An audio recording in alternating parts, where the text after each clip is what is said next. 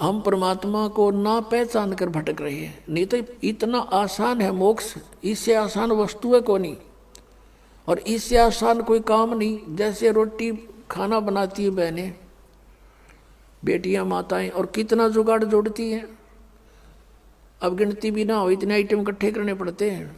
परात है, कितना फिर तवा, चूल्हा, लकड़ी, तेल है, और फिर कटोरा, फिर चम्मच, फिर नमक, मिर्च, नरी आइटम इकट्ठी करके, और फिर आटा बनाना, फिर सब्जी काटना, छोंक लाना है। और इसी गर्मी हो चाहे सर्दी, उसमें वो चाहे वर्षा हो। अब तो कुछ एक गैस के चूल्हे चाले हो गए, नहीं पहले तो लकड़ियां जलाया करते थे, अब भी जलाते हैं। 90% लोग लकड़ियों से ही खाना बनाते।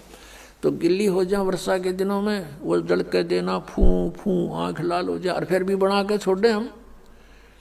और परमात्मा के भजन में कुछ भी तो ना, जीभ भी ना लानी, अरियो ना होता हमारे थे, देखे खोटे लाग रहे, जीवा भी नहीं हलानी, बिना जीभ के सिमण दे दिया मालिक ने। सांस तो आवेगा तुम्हें, लेट के ले लो, बैठ के ले लो, चलते लो, वो सिमण करो।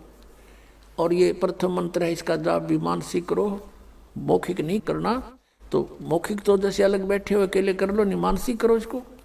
तो इस तरह इसमें कुछ भी ठाके ना लेना, और ना कोई जुगाड़ जोड़ना, और यूँ भी ना कर सकते फिर हमारे जैसे नालायक नहीं, फिर हम किसे भगत है।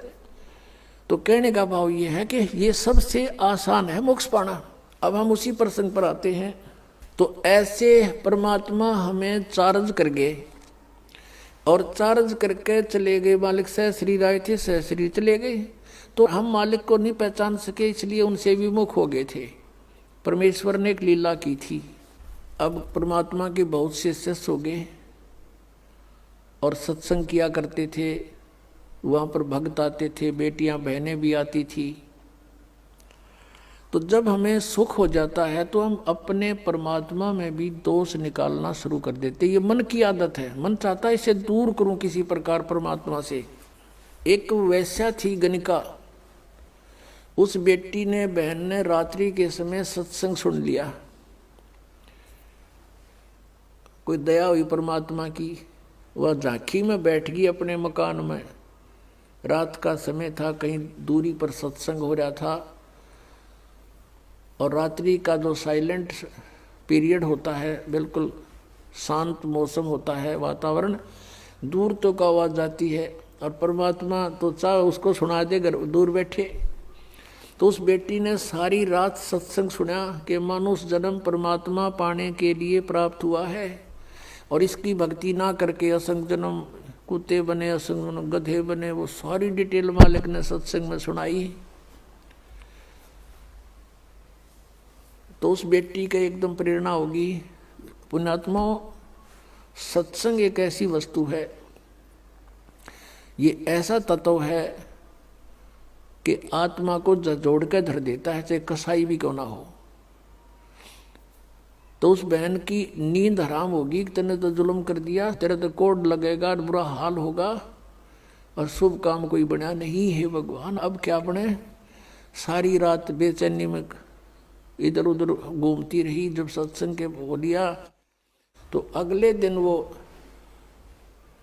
फिर मालिक ने दया करी, वहीं आसपास किसी दिन 1-2 दिन के बाद वहीं सत्संग उसके हो गया आसपास। अब वो लड़की वहाँ पहुँची, परमात्मा से कहा कि हे गुरुवर, क्या मेरे जैसी पापन का भी उद्धार हो सकता है।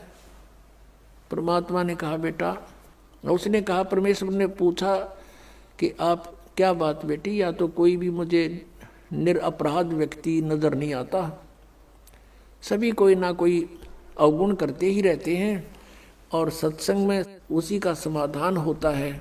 उस लड़के ने कहा, परमात्मा मैं तो बहुत निकम्मी औरत हूँ, ऐसे ऐसे मैं गणिका हूँ, वैसा हूँ, क्या मेरे जैसी दुष्टा का भी उद्धार हो सकता है। परमात्मा ने कहा बेटा,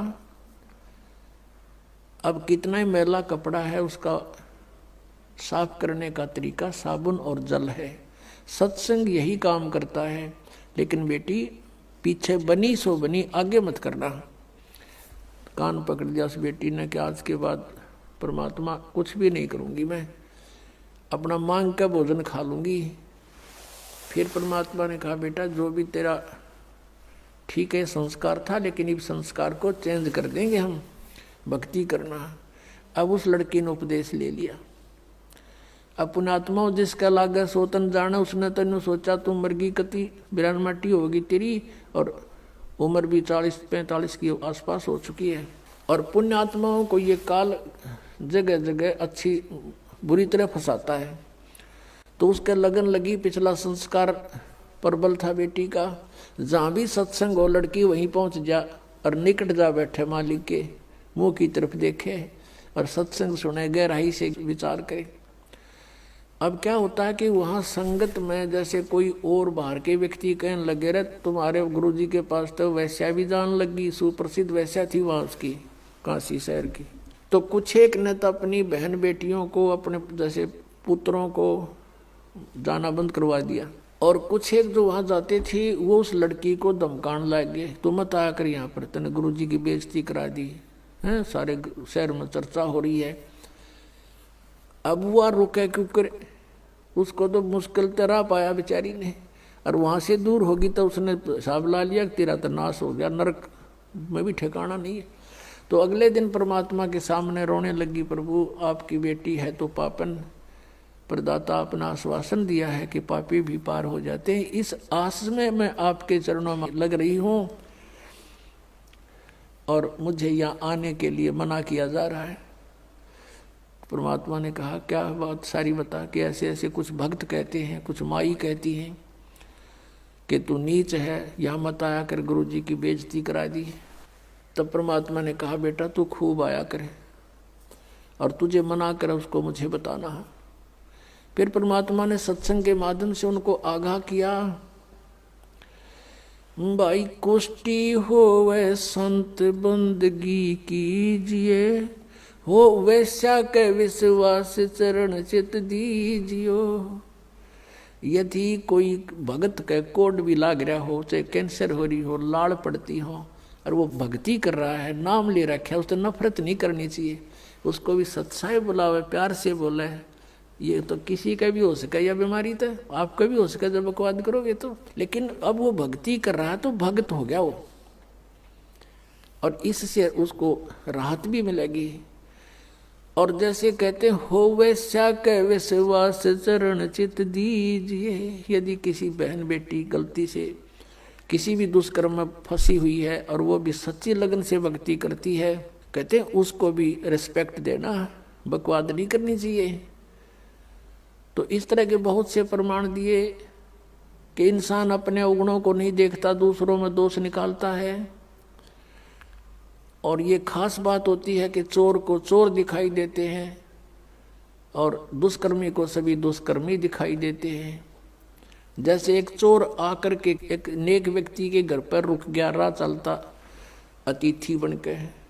अब उस नेक व्यक्ति ने उसको एक नेक अतिथि जाना, क्योंकि वो स्वयं नेक था, उसने उसको चोर नहीं माना, खाना खिलाया, बढ़िया वस्त्र दिए, सर्दियों के दिन थे, अपने घर में चौक में सोया जहाँ आप सो रहा था।